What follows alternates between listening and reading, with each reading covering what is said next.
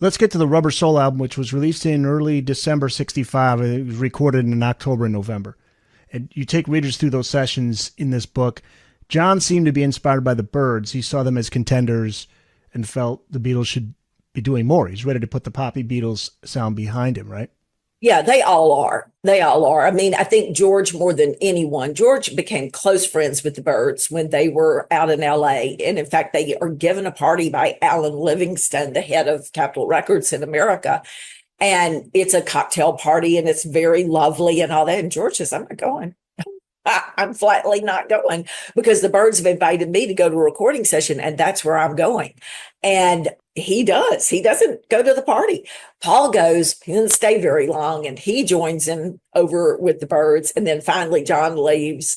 Ringo hangs out at the party, but the rest of them want to hear this new sound. The Byrds, admittedly, they say they were influenced by the Beatles. They tell you that.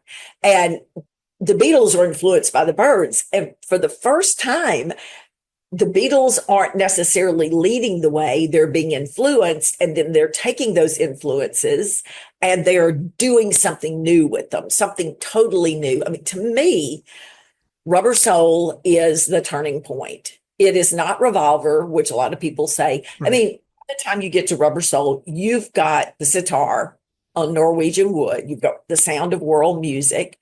You have songs about complicated relationships. No longer is it moon, spoon, June, croon, people falling in love and batting their eyes and sighing. You've got people who are struggling in their relationships. Many of those songs are very serious.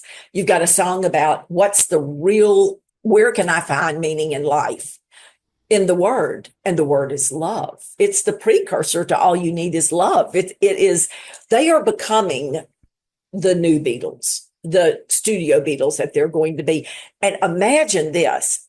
They start recording on the 12th of October, 1965, and they are finished on the 12th of November.